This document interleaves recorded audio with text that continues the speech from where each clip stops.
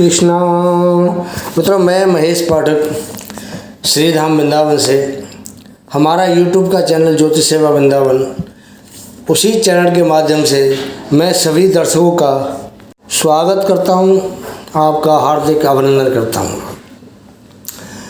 आज की बात करते हैं राहु कलयुग का मायावी राजा। आज की चर्चा का विषय राहु महाराज।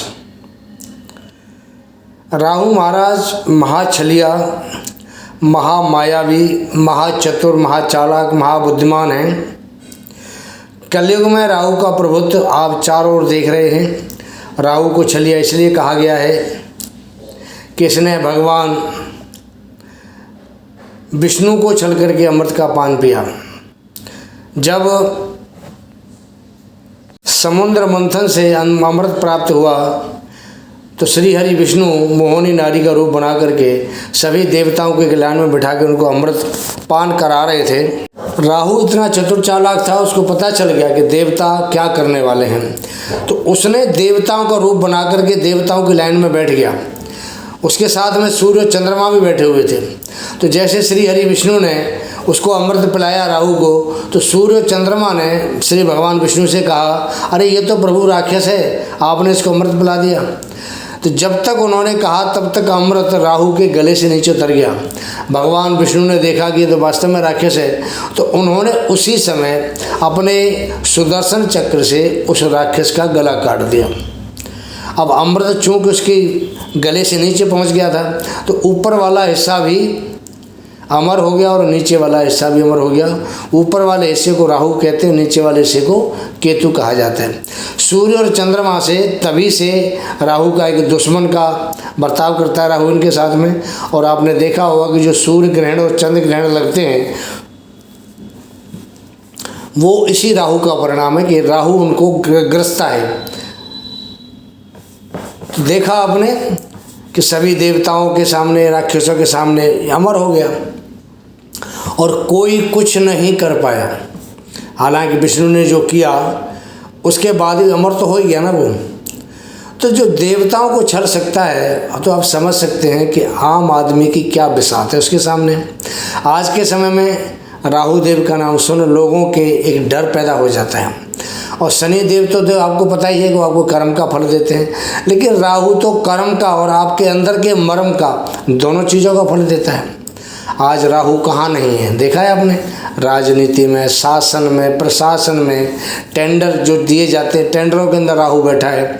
मशीन में, हर वाहन में, मकान में, दुकान में, फैक्ट्री में, घर में, और तो और हमारे ज़मीर के अंदर भी राहु बैठा है।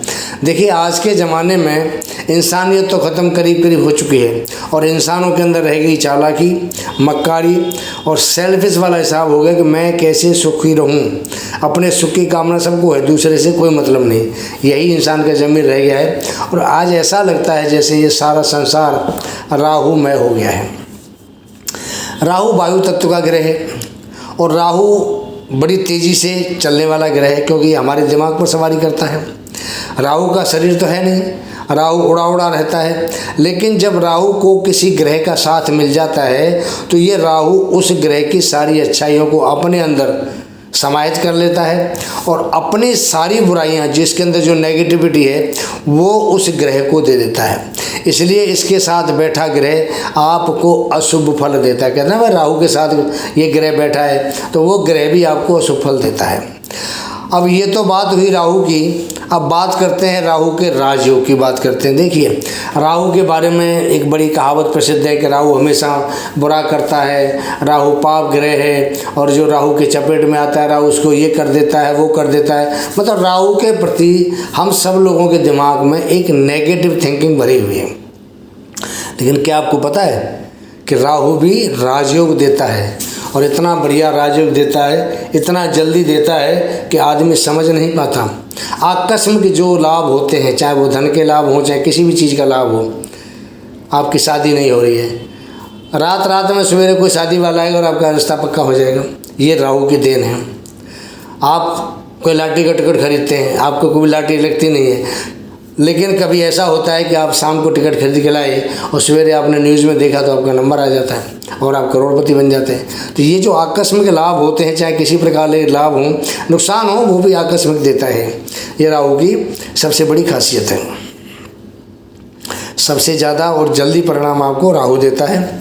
राहु छाया ग्रह है, इसका अपना कोई रूप नहीं है, छाया रूप में रहता है। ये हमारी कुंडली में भी इसके लिए कोई अपना घर का भाव नहीं है, ना इसका कोई घर है जिसका ये मालिक बनता हो। अब राहु आपको राजयोग द्वारा किस प्रकार राजा बना सकता है, उन्हीं राजयोगों की आज बात करेंगे। किस भाव में बैठकर आपको क्या लाभ देगा और किस भाव में लाभ आपको नहीं मिलने वाला है। तो पहले थोड़ी दो बात राहु के बारे में करते हैं, थोड़ी बेसिक जानकारी है। देखिए राहु के मित्र कौन कौन है हमारी कुंडली में। राहु के मित्र हैं बुध, शुक्र और शनि। ये तीन ग्रह राहु के परम मित्र हैं। राहु के शत्रु कौन हैं, सूर्य है, चंद्र है और मंगल है। ये राहु के शत्रु हैं। और आपने देखा होगा कि जब सूर्य चंद्र के साथ होता है ये, तो इससे पितृदोष और ग्रहण दोष दोनों चीज़ लगती हैं। राहु अगर कुंडली में सूर्य चंद्र के साथ कहीं बैठा होगा तो इससे पितृदोष भी हमें लगता है और ये ग्रहण योग भी बनाता है। समग्रह इसके लिए बृहस्पति है। बृहस्पति इतना बाहुबली है कि वो राहु को कंट्रोल कर सकता है, और उसके साथ अगर बृहस्पति के साथ राहु बैठता है तो ज़्यादा वो उछल कूद नहीं करता, ज़्यादा उठापटक नहीं करता है। राहु उसको दबा देता है, राहु को बृहस्पति ही राहु को दबा देता है। मित्र राशि है इसकी वृष राशि, मिथुन राशि, कन्या राशि, तुला राशि, मकर राशि और कुंभ राशि। बुध की राशि, शुक्र की राशि और शनि महाराज की। ये तीन ग्रह जो इसके मित्र हैं, उन तीनों ग्रह की जो राशियां हैं वो राहु की मित्र राशि हैं। अब राहु के नक्षत्र क्या हैं। राहु का पहला नक्षत्र है आद्रा, मिथुन राशि में आता है। ये देखिए मित्र राशि है, मिथुन राशि, उसमें इसका नक्षत्र आता है। दूसरा इसका नक्षत्र है स्वाति, ये तुला राशि में आता है। मित्र सूची में आपको बताया तुला राशि इसकी मित्र है। और तीसरा जो इसका नक्षत्र है, जो सबसे बड़ा बढ़िया अच्छा नक्षत्र है, वो है शतभिषा, ये कुंभ राशि में आता है। आपने देखा मिथुन राशि में, तुला राशि में, कुंभ राशि में, मित्र राशियों में इसके नक्षत्र आते हैं। तो ये परम मित्रता का सूचक है कि अपने मित्रों के लिए कुछ भी कर सकता है। राहु का अर्थ में गोमेद होता है। अगर राहु अच्छा हो, आपकी कुंडली में सुप्रभाव देने लायक हो, तो उसके लिए आप गोमेद धारण कर सकते हैं, गोमेद का दान भी कर सकते हैं। राहु की मादशा 18 वर्ष की होती है। राहु की हमारे घर में जो स्थान होता है, जहाँ हम घर में रहते हैं अपने हमारे मकान में, तो जो नैऋत्य कोण होता है, जो हमारे घर के बड़े बुजुर्गों का कमरा कहा जाता है, वो राहु के रहने का हमारी कुंडली में स्थान बताया गया है। अब राहु के बारे में ये भी जानना जरूरी है कि वो किस लग्न में, किस राशि में, किस ग्रह के साथ बैठा है, उसके बाद ही कुछ उसके बारे में फल होना चाहिए।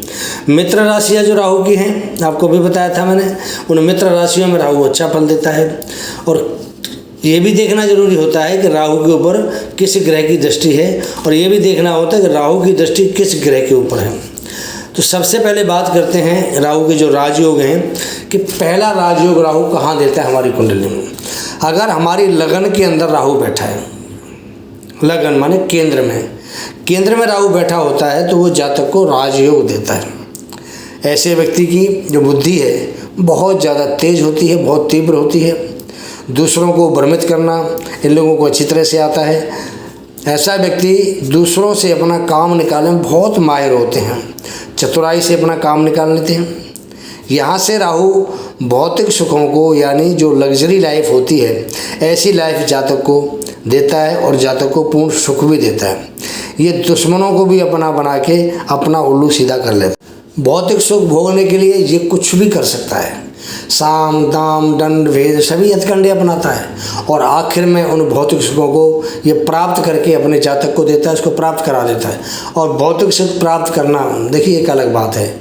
उसने भौतिक सुख तो प्राप्त करा दिया जातक को, लेकिन उस भौतिक सुखों को भोगना एक अलग चीज़ है। अब कुंडली में जो और दूसरे और भी ग्रह हैं, उन ग्रहों की जो स्थिति है वो ये बताती है कि उन भौतिक सुखों को ये कितना भोगेगा, भोग पाएगा या नहीं भोग पाएगा। इकट्ठा करना अलग चीज़ है, लेकिन उसको भोगना भी तो चाहिए ना, और कितना भोगेगा कितना नहीं भोगेगा, ये जो दूसरे जो ग्रह हैं उनके ऊपर डिपेंड करता है। लगन का राहु व्यक्ति को वैभवशाली और एक सफल व्यक्ति बनाता है। जीवन में ऐसा जातक सुखों को भोग अवश्य करता है। राहु लग्न में बैठकर सरकारी नौकरी या सरकार से कोई लाभ, इनमें से व्यवधान उत्पन्न करता है। राहु लग्न में जातक को आलस भी देता है, आराम पसंद जिंदगी बनाता है उसको नौकर चाकरों से अपनी सेवा करवाता है। यह मित्र राशि में राजयोग देता है और शत्रु राशि में इसमें कुछ कमी करता है। ये था लगन में राहु बैठेगा तो उसका परिणाम। अब बात करते हैं कुंडली के तीसरे भाव में अगर राहु बैठता है किसी के तो उसका क्या फल होता है। अगर किसी की कुंडली में राहु तीसरे भाव में है तो ये स्थान हमारा पराक्रम भाव कहलाता है। हमारी हिम्मत का, हमारे साहस का, हमारी हिम्मत का ये भाव होता है। राहु यहाँ जातक को महापराक्रमी, साहसी और हिम्मत वाला बनाता है। ऐसे व्यक्ति के सामने कोई कैसी भी समस्या हो, कैसी भी उलझन हो, जातक उसका सामना पूरी बहादुरी से करता है, डरता नहीं, भागता नहीं। ऐसा व्यक्ति धुन का पक्का होता है। जो उसने मन में ठान लिया उस काम को करने में दिन रात लगा देता है और जब तक वो काम पूरा नहीं होता तब तक उसको छोड़ता नहीं है, काम को पूरा करके मानता है। तीसरे घर में बैठा राहु व्यक्ति को किसी भी मुसीबत में अगर वो फंस जाता है तो उसको इतना मजबूत बना देता है कि उसके सामने सब दुश्मन फीके पड़ जाते हैं और वो वहाँ से बड़े आराम से निकल जाता है। तीसरे घर का राहु शॉर्टकट से जातकों को कामयाब करता है, क्योंकि राहु का काम है जल्दबाजी देना। जल्दबाजी का मतलब शॉर्टकट। आकस्मिक घटनाओं का ये जनक होता है। कुछ ही दिनों में व्यक्ति की काया पलट हो जाती है। आपने देखा होगा, एक आदमी अगर आपको साल 2 साल पहले मिलता है तो बड़ी एक घटिया सी दयनीय स्थिति में रहता है, हालत ख़राब होते हैं, पैसे का बढ़िया उनका हिसाब नहीं होता है। लेकिन अगर वो 2 साल के अंदर अगर वो अच्छे पैसे वाला बन जाता है तो आपको भी अचंभा होता है वो ये कैसे हो गया। ये सब राहु के देन है। आकस्मिक धन लाभ कराना, ज़मीन से उठा करके आसमान में पहुँचाना और रंग से राजा बनाना, ये राहु की सबसे बड़ी करामात है। और तीसरे घर का राहु ऐसा जरूर करता है। बात करते हैं छठवें भाव की। छठवें भाव में अगर राहु बैठता है तो उसका क्या फल होता है। देखिए, छठवां भाव आमतौर पे हमारे दुश्मनों का भाव है, बीमारी का भाव होता है, सिर पर कर्जा हो गया कर्जे का भाव होता है, इसी का भाव माना जाता है। और सबसे बड़ी बात यह है कंपटीशन का भी भाव होता है। अगर हम किसी के कंपटीटर हैं, कंपटीशन हमने किसी से लड़ना है, उसका भाव होता है। अगर राहु जैसा ग्रह छठे भाव में बैठता है तो ये शत्रुहंता योग बनाता है, दुश्मन उसके सामने टिक नहीं पाता। ऐसे जातक को जो बीमारी है, रोग हैं, होते ही नहीं है, निरोगी काया होती है इसकी। कोई छोटी मोटी बीमारी हो जाए तो बात अलग है, नहीं ऐसे जातक को बीमारी ही नहीं होती है। और ज़्यादातर छठे भाव में राहु वाले जो व्यक्ति हैं वो बहुत ही कम बीमार।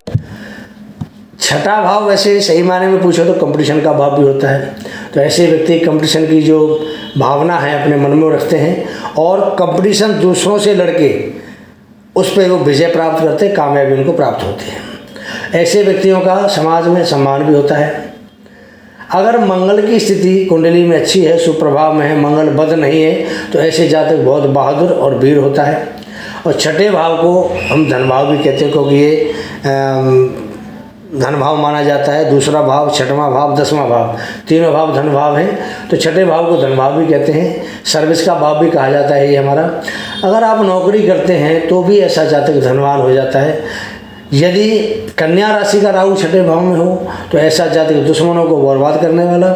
ऐसे राहु वाले व्यक्ति जहाँ से निकलता है लोग उसे सलाम करते हैं और उससे प्रभावित होते हैं। उसके चेहरे पे कुछ ऐसा नूर होता है कि लोग बरबस उसकी तरफ देखने लग जाते हैं और उनके मन में एक तरह से कोई जिज्ञासा उत्पन्न होती है कि ये व्यक्ति कौन है, इसके बारे में क्या है। तो ये भी एक राजयोग देने वाला घर होता है छठा भाव भी। लेकिन यहाँ एक छोटी सी साइड इफेक्ट भी देता है ये कि राहु यहाँ कमर दर्द का कारण बनता है। जब तक व्यक्ति जवान है, अच्छा है, सेहत ठीक है, कोई दिक्कत नहीं, लेकिन जैसे जैसे बुढ़ापे में कदम रखता है उसको कमर दर्द की शिकायत होती है, खास करके 50 साल के बाद। तो ये राहु यहाँ थोड़ा साइड इफेक्ट भी ऐसे जातकों को देता है। अगला भाव है 10th हाउस, जिसको हम कर्म भाव कहते हैं। हमारा राज्य का भाव भी है और ये कर्म भाव भी कहलाता है। 10वां भाव कर्म भाव, राज भाव। अब आपने एक चीज़ नोट की होगी, जो YouTube लोग आप सब देखते हैं, बहुत से वीडियो भी देखते हैं, कुंडलियाँ भी देखते हैं, हमारे बहुत से ज्योतिषी भाई हैं वो भी देखते हैं कि जिनका राहु 10वें भाव में होता है, ऐसे लोग जो बहुत बड़े बड़े बिजनेसमैन होते हैं या बहुत बड़े बड़े राजनीतिज्ञ होते हैं, जिनका राहु 10वें भाव में होता है। 10वें भाव का राहु बहुत बली होता है। जिस वस्तु को वो जातक प्राप्त करना चाहता है उसके लिए अपना पूरा जोर लगा देता है। कोई नीति अपनानी पड़े, साम दाम दंड भेद, पर उसे पाकर ही रहता है।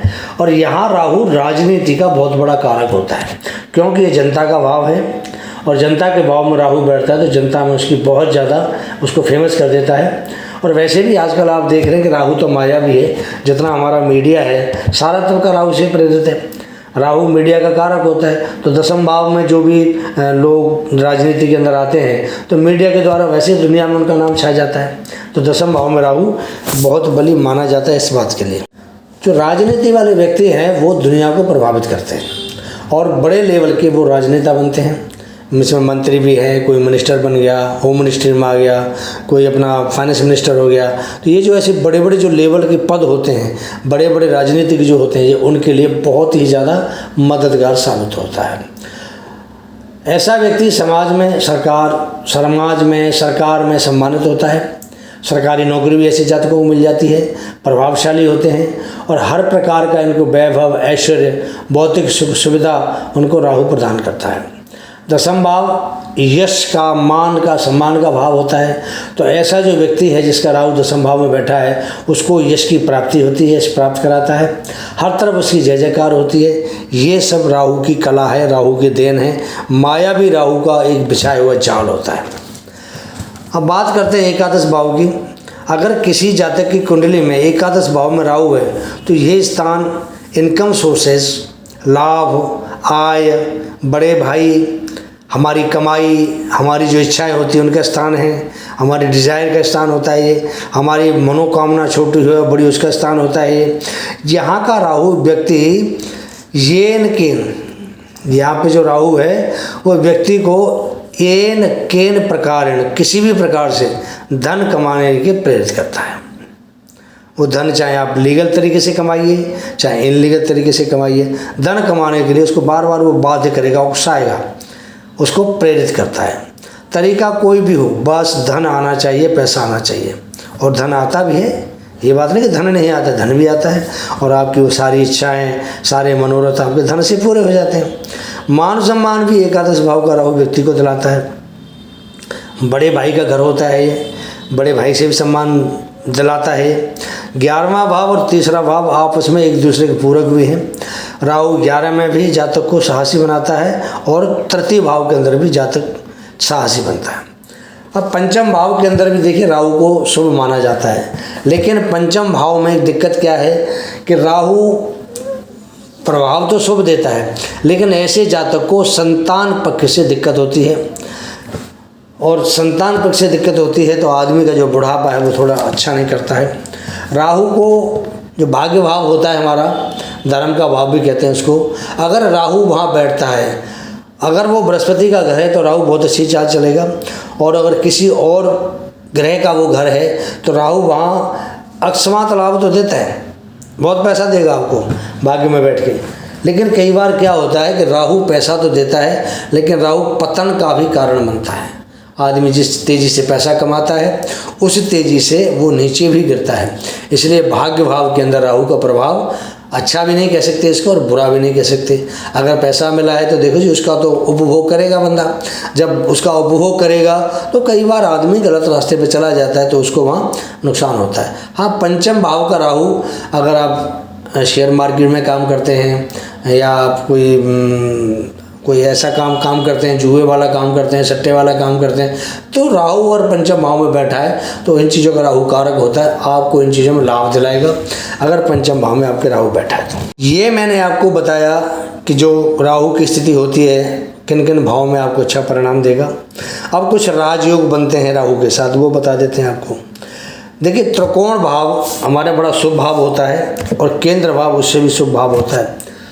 अगर त्रिकोण का स्वामी राहु के साथ केंद्र में बैठ जाए, त्रिकोण का स्वामी राहु के साथ अगर केंद्र में बैठ जाए तो ये राजयोग देता है।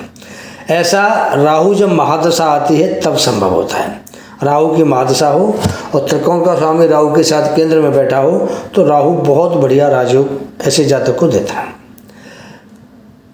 अगर केंद्र का स्वामी राहु के साथ त्रिकोण में बैठ जाए तो ये भी राजयोग बनाता है। तो मैं आपको कुंडली दिखाता हूँ, आपके सामने कुंडली आ रही है। ये पहली कुंडली है त्रिकोण वाली, ये कन्या लगन की कुंडली है। कन्या लगन में अगर केंद्र का स्वामी,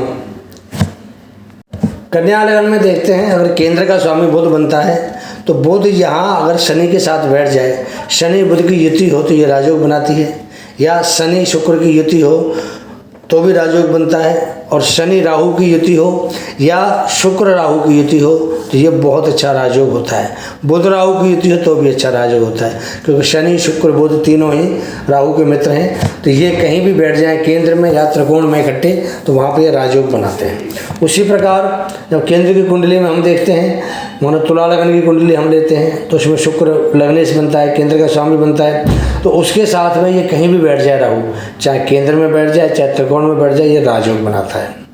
उसी प्रकार केंद्र और त्रिकोण में इसका जो राजयोग बनता है सबसे उत्तम राजयोग होता है, बहुत अच्छा राजयोग माना जाता है।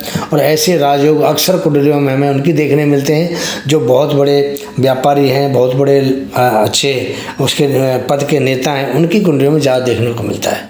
तो मित्रों, आपको ये हमारा प्रोग्राम कैसा लगा इसके बारे में आप अपनी राय दें। हमारा चैनल ज्योतिष सभा वृंदावन आपके सामने है।